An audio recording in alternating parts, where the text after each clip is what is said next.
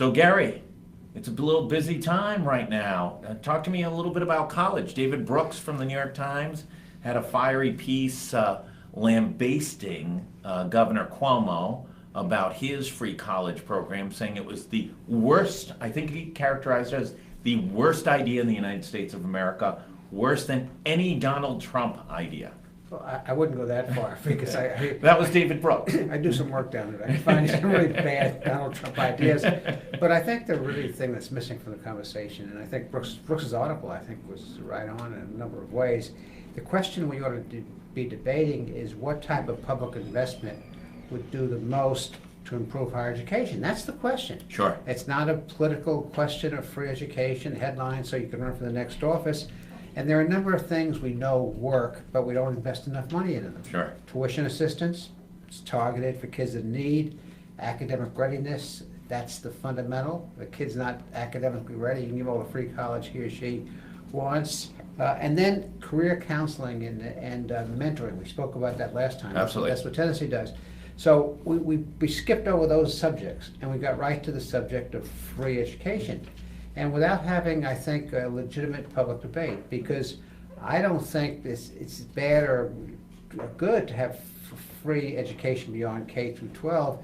As you know, we've discussed before a K through 14 system. But there are certain things that have to be discussed. You know, for example, don't give out the baloney that this is going to help low-income people. It's not. Low-income people, and even lower middle-income people with family incomes less than $50,000, they receive other kinds of assistance to go through college. So to that extent, it's regressive. You're not giving much. So who's this gonna impact? I think it'll impact upper middle class and wealthy people. The people who make from families who make less than $50,000, they get Pell Grants, they get other types of financial assistance, so their last dollar is probably going to be less than the last dollar of upper middle class people. The other issues, and there are a number of issues, that's the regressivity issue, and who has done the impact analysis, and in economics we call it incident analysis. You know, who has done the incident analysis to determine the question scientifically that you asked, who are the winners and who are the losers? Let me go to that for a second. As part of the legislative process, there's a fiscal note, right? Is that our state version of an incident Not necessarily. It depends on how the fiscal note is done. All they have to do really in the fiscal note, and they do more than this, is to show what the fiscal impact is going to be. Sure. So yes, they can show the fiscal impact, and that's another question. What is the fiscal impact? The governor's put out numbers, and I don't know if the legislature's put out a fiscal impact statement yet or not, but they should. And just as a tangential thought, every piece of legislation like this, there ought to be an economic impact analysis as well, and there ought to be a family impact analysis, which we don't have. Then the second issue, which ties back to the regressivity issue, is how much of the cost does it really help? So, for example, if your child was going to URI, sure, the cost per year is $29,000 or $30,000 in that range. Tuition for in-state, all included. Yeah, okay. and we can't kick out the out-of-state because they're paying right. 3 times. The tuition is $12,000. Yeah. So while it helps, there's a question of really what does it do for affordability? You know, how does it make a dent in the program? And then there's the other question too of how do you treat full-time versus part-time students? You know, we have more and more programs where we're trying to tie skills development to real jobs. And it could be the case where a person here has a job and is going back to get a few courses to be more proficient in the job. I don't think part-time students who need help too get any help. And then there's really a process of kind of demotivation. If you have no skill in the game, it doesn't cost you very much to drop out. Yeah, right. And that's one of the points that Brooke made. And then another issue that we discussed earlier on is selectivity. You know, right now there's a certain bar to get into school. As the schools offer free tuition, the bar rises. And kids that would qualify to get in don't qualify to get in. They don't get into the nursing school, they don't get into the pharmacy school, they don't get into the business school, they don't get into the engineering school. And these are, and this disadvantages minorities to some extent, or because their test scores tend to be lower. So as you get more kids in with higher test scores, there's a community or there's a social, plus of improving the school. but at the same time, there are adverse selection, problems. It's not means tested. Expectations are, I think, reasonably low. What grade point average do you are supposed to achieve to keep your scholarship? So these are I don't have answers to these questions. Sure. Nobody does. But this is the kind of debate we should have. It shouldn't be. Twofold. One, we had an editorial last week hitting on this issue of unintended consequences, which is you're going to push a bunch of kids out of going to URI, and you're either going to push them down in where they're able to go, or you're going to push them to have to go to an out-of-state school and incur more debt than they would have if they had just attended URI. And I got a good example, because this is, our family. I have a daughter who's provost at the University of Georgia. Okay. And we talked about the Hope Scholarship. The Hope Scholarship has been a good thing. It was based on high expectations, Yeah. but there were kids that could no longer get into the flagship university, University of Georgia, and so they went to Georgia State, which is a good school. They went to Georgia Southern, which is a much better school. So they had a support system in those states. In Tennessee, they got Memphis University, they've got East Tennessee State, Middle Tennessee State, which are big colleges, and so there's a support system. So if you're not able to get into the flagship school, you have options. In Rhode Island, you don't have very many public options. No, you don't. You don't have it all. So how could New York go forward with a program like this? How could Rhode Island be on the doorstep of something like this without really any significant analysis into what the implications of this might be? Well, see, I haven't seen the analysis. That doesn't mean somebody didn't do the analysis. I don't believe that there's been any significant analysis in Rhode Island. I mean, we've asked for just about everything. We get explanations about different aspects of it, but a document that shows X, Y, or Z. I think we also talked about in Oregon, they did it a couple of years ago when Governor Brown got into office, and it's having a big adverse impact on the four-year schools. Well, and the issue, is that it has to be approved by the General Assembly. And transparency is very important. So I'm going to give them the benefit of the doubt. Sure. I'm going to give them the benefit of the doubt. I'm going to say the administration in preparing its program did the due diligence that I've just described. So what? If that due diligence is not transparent, it's not shared with the legislature didn't share it with the public, it might as well not exist. It's like the tree that fell in the forest. Did you hear it? Did you hear it? And so there is really a question of the transparency and how this decision is made. And unfortunately, one gets the impression, maybe unfairly, but one does get the impression, whether it's in Rhode Island or in New York or some other places, that this is more about promotion for the next political office than it is about improving the quality of higher education. Because as I mentioned earlier, tuition assistance, academic readiness, mentoring, those are things we know that works. Those are things that we don't invest enough money in this state, and now we're going to provide free tuition. So should we anticipate in 3 years or so that Governor Cuomo and if Governor Raimondo's reelected, that they'll be the two leading candidates for the Democratic primary? Well, and my little dirty secret is if I was betting on a candidate for the Democrat primary, I'd bet on Senator Mark Warner of Virginia. You're a Mark Warner guy. I'm a Republican. I'm a political realist. He'd be very tough to beat. So let's shift over. There hasn't been a poll. First of all, there's no media companies doing any polls anymore in Rhode Island. It used to be Channel 12 did one. Used to be Brown University under Darrell West did, I think, a fairly respected poll. It's gotten frayed under the last few years under some of their methodology. The Providence Journal back 20 years ago used to partner with a Cambridge firm and do polling. Even Channel 10 and Channel 6 would sometimes do polling. And now polling is few and far between, and it seems to be somewhat agenda-driven. Let's talk about a few that came out recently. One was, and I'll save yours for last, but the first one that came out, the best for last, was this multi-state tracking of governor's popularity, which seems from every pollster's methodology to have major flaws. It takes place over 3 months, and pretty much anybody can respond to the poll, and there's very few protections, and doesn't seem to have a time or place to it. Talk a little bit about that one. Well, to do polling is only as good as a sample. Right. And so you want a sample to reflect the population, the voting population. And so when you have a poll that lasts over 3 months, Right. and you could click in or Right. to a poll, then you really don't have the kinds of controls that you would want to make sure it's a scientific poll. So I'm highly skeptical of that methodology. That one's raised a lot of questions. Now, it's interesting in that one, we did not report on it. We thought it was fairly flawed, that methodology.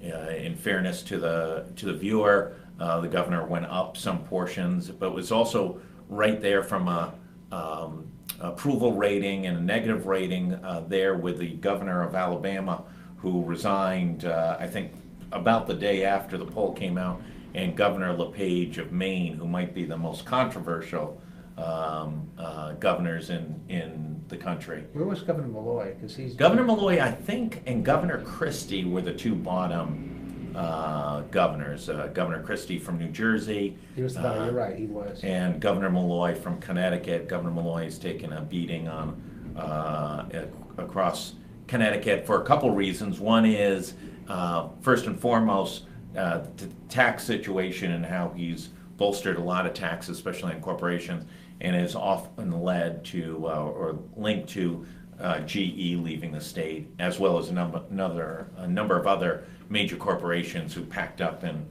bolted out of the big state. He was tone deaf about business, Yeah. no question about that. And enough people warned him. I mean, gosh almighty. But he didn't seem to hear it, and he jammed it through, and we'll go from there. So the second poll that came out was Working Families issued a poll relative to their agenda. One of their questions was related to the governor's race. Again, that was one that I think the who paid for it and who did the poll. The polling firm that did that does a lot of progressive issues, and that was the second. And then it was all in about a week. And then the third was the Hassenfeld Institute of Brian. As far as the second poll, I don't assume automatically because a poll is done by a Democratic pollster, a Republican pollster, a liberal or conservative pollster, it's necessarily a flawed poll.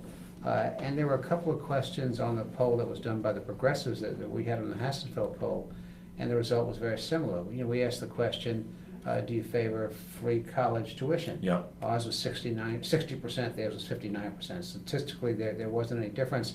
So when I compared the questions that were similar, it seems to have been a reasonable, poll. But I haven't looked at their methodology or their questions to know anything more than that. And then the third was yours. Any comment on the Hassenfeld poll? Yeah, there were a number of things that were very interesting in the Hassenfeld poll. We've asked the question since we started doing the polling, which was in April of 2015, is the state moving in the right direction or the wrong direction? And throughout all our polls, it was in the 30s. It was high 30s and the low 30s. This time it showed some improvement. It was 41.8%. And that's consistent, with what's happening with the economy. And it's also consistent, with a kind of malaise in the state. We're doing better. But, I wouldn't crack open a bottle of champagne to say, 42% of people thought we were moving in the right direction. Right. But that's clearly improved. And that generally, historically, those low 40s, high 30s are a danger number for a governor. You want to be on the plus side of right track versus wrong track. You certainly want to be about 45%. And then we asked a question, you think you'll be better off financially, your family, this year than last year? And 38% said they'd be better off financially. And when we asked the question last October, it was 35%. So statistically, there wasn't much of a change. And then there were two other questions I thought that were interesting. One on the tuition, free tuition. 60% favored it. But we asked two other questions. Do you think it ought to be means tested? Yeah. In New York, means tested there is $100,000, increasing to $125,000. And over 60% said yes, it ought to be means tested if you do it. And then we asked a second question, should there be any grade point average requirements? 80% thought there to be grade point average requirements. So what the poll was saying is that, everybody's for free candy and free lunch. Right. So 60% were free candy and free lunch. But then when you got back and asked them the question, well, to make this work, do you think there ought to be stipulations, qualifications? And two we asked were overwhelmingly yes, 60% on means testing, 80% on academic standards. So yeah, there's support for it, but there's not support, just a carte blanche proposal as the governor's presented it. As a matter And presently, just for the viewers, there's no means test on the governor's proposal, and there is no minimum academic criteria. Just 2.0 grade average, Yeah. which Which gets you into Delta House. You show them, sign your name, you get Right. to grade inflation. And so I think the speaker, in his comments, pretty much hit it on tack. He said the people were for college tuition, but not the governor's plan. I think Yeah. that's what came from the poll. And another question that was interesting, we asked, do you favor, and I'm going to put this in shorthand, do you favor the governor's approach to eliminating the car tax or the speaker's? And majority of the people, about 70% favor the governor's approach, which is a much more limited approach because she reduces the valuation by 30%, so Yeah. you pay 70% of what you're paying. And the speaker had a much more ambitious program of getting rid of the tax over 5 years. And I think there was a certain amount of skepticism when they saw the number that was required to eliminate the tax. People had been through that. And so the governor's plan, for whatever reason, was favored over the speaker's car tax plan. And then there's one other question which kind of surprised me. We said if you had a choice, which tax would you favor cutting the most? The car tax was 24%, sales tax was 24%, income tax was 35%. And the only thing I can attribute to that is because we've recently reformed, within the last decade, we reformed the income tax. We asked the poll was conducted between March 25th and March 29th. So people must have been filling out their tax forms. That's Yeah, the only right, thing I right. can sort of say with that question. Strong support for minimum wage. Yeah. Strong support for line item veto. So those are some of the highlights of the poll. Let's talk about, I don't know if you've been following closely this issues related to DCYF. There's been a horrific trend of the number of babies. I mean, they're under 18 months old. In the last 26 months, it's been 10 children.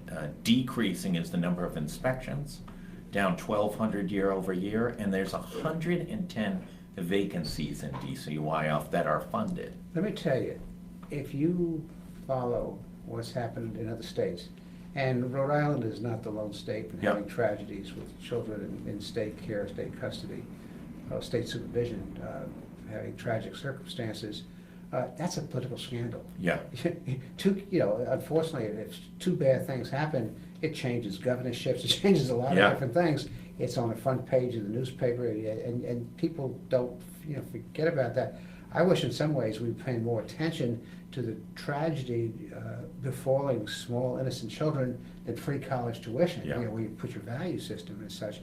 But DCYF has been a problem child from the day it was created. I can remember, I go back to the 70s when a young senator named Jack Revens, who eventually, I guess, became majority leader and ran for treasurer, introduced legislation to create a separate Department of Children and their Families. Prior to that, there was something called SRS, Social and Rehabilitative Services, which is now the Welfare Agency, DHS. And he felt that enough attention wasn't being given to child protection of children, and so the legislature created DCYF. And from the first day it was created, there were some good spots and bad spots, and I don't recall the names. We had a director who came. I just don't ever remember a streak of this. I mean, in Massachusetts, under Governor Deval Patrick's second to last year, there was a series of deaths of children under state care, 2 or 3, and heads fell. People were fired. There was investigations. Maybe even criminal charges. Here, there seems to be cover your eyes, cover your ears type of approach to, and no urgency. If you've watched any of the hearings, there's no urgencies on this one. Well, that's the scary part of it. There should be urgency. And, when you have to go back, and the point I was making before, so from the time it was created in the 70s, we had a few good years. There was a guy from Texas who ran the department, and he did forget his name, did a good job for a few years, and then he got politically left. But there's always been controversy about the directors. When Governor Raimondo came into office, she did not appoint a confirmed director. Right. She appointed a person whose skills were more on the management side than Right. on the program side. And the theory being that the thing was so poorly run, so unaccountable, so lack of transparency, the books were all, messed up. And so for a first year plus of this governor's administration, there wasn't a full-time professional head of DCYF. And when you do that, you really open yourself up to potential, problems. And so, we did a study when I was at RIPAC years ago about how it developed and delivered community services. The vendors that provide services in the community, don't feel they're being treated fairly. There's a lack of supervision. I think people might disagree with this, that there are union issues out there of who runs that department, management or labor. And the kids are suffering, and it ought to be on, page one of every media until this problem is cleared up. But, I agree with you, the most shocking thing about this is what's happening to these unfortunate children, but it's also that there's not the moral outrage. No, not at all. It's really been amazing. We've watched most of the hearings up at the legislature, and it's really been a disappointment of even just the voice and tenor of the hearings of that, kind of let's get through this and move